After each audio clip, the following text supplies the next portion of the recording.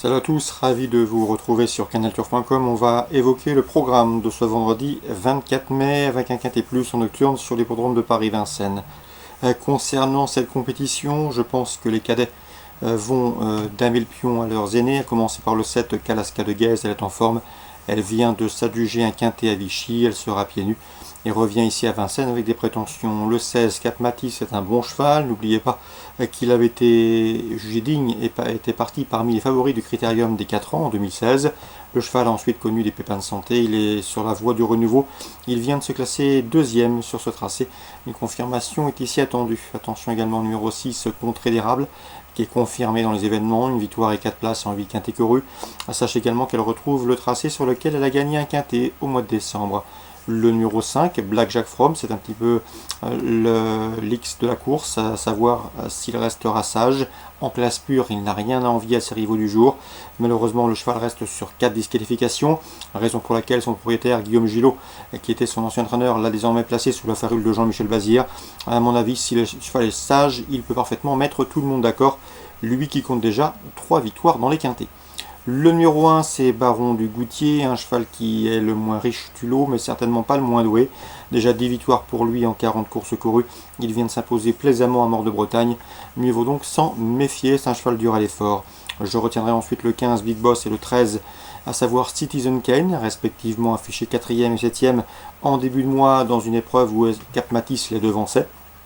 Ils brilleront aussi un bel accessite, tout comme le 4, Colorado Blue qui s'est classé 4e d'un quintet courant en février sur ce tracé et qui vient de parfaire sa condition en se classant 2e récemment en Belgique à Mons. Résumé chiffré, 7, 16, 6, 5, As, 15, 13 et 4.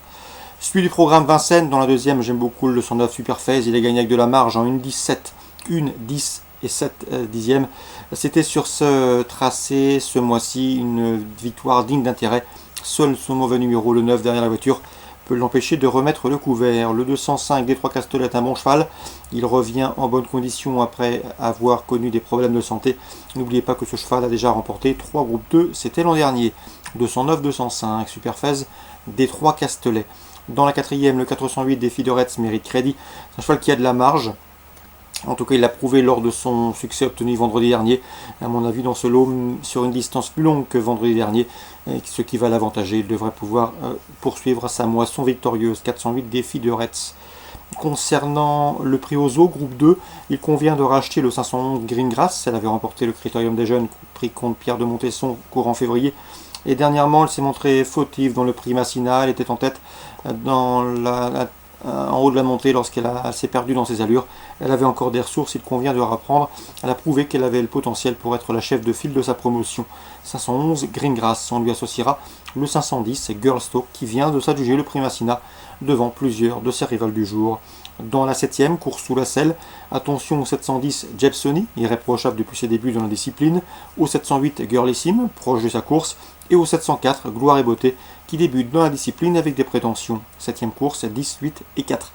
On va parler de Mêlée du Maine maintenant, Réunion 2, j'aime beaucoup dans la première le 109 Gemofort qui vient de s'imposer plaisamment à Saint-Malo fin avril, il dépend de l'entraînement de Christian Bijon.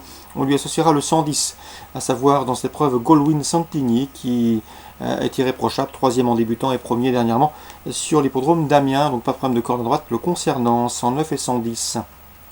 Concernant Stéphane Prioul, il aura 3 partants dans la deuxième. Le meilleur des 3 reste le 203 Falakid KO, qui a connu une santé, mais c'est un bon cheval. Un cheval qui a déjà du travail. Il est revenu il y a 1 mois et demi à la maison, à l'écurie, après avoir été entraîné au bord de la mer, en tout cas après des soins effectués au bord de la mer. Le cheval a de la qualité, à mon avis, il a parfaitement le potentiel, même pour sa course de rentrée, d'être dans les 3 premiers d'une course comme celle-ci. Je lui associerai toutefois le 206 Famous Sport, qui compte déjà 7 podiums en 13 courses courues, 0 victoire, une lacune qu'il pourrait bien combler ici. Le cheval a couru 3 fois déféré des 4 pieds, résultat 3 podiums obtenus lors de ses 3 dernières sorties. 203 206 concernant Famous Sport, 206, pas de problème de corde à droite le concernant. Petit mot également sur Châteaubriand, Réunion 4. Dans la première, j'aime beaucoup 2 pouliches en haut de tableau, le 100 Enchanting et le 102, à savoir Rouge Terre, qui ont en commun de s'être classés 4e en débutant. Elles devraient plus tarder à ouvrir leur palmarès. Et enfin, dans la 9e, attention 901 Big Fat Boy, Il effectue une rentrée, mais le cheval avait pris des places dans des lots mieux composés l'an dernier. À mon avis, dans ce lot pour cette course de rentrée, connaissant l'habileté de Donatien Sourdeau de Beauregard, son entraîneur, le cheval peut bien faire d'entrée de jeu. 901, Big Fat Boy, autre cheval à suivre à Chateaubriand, Réunion 4. Bonjour à tous, rendez-vous demain pour un nouveau programme.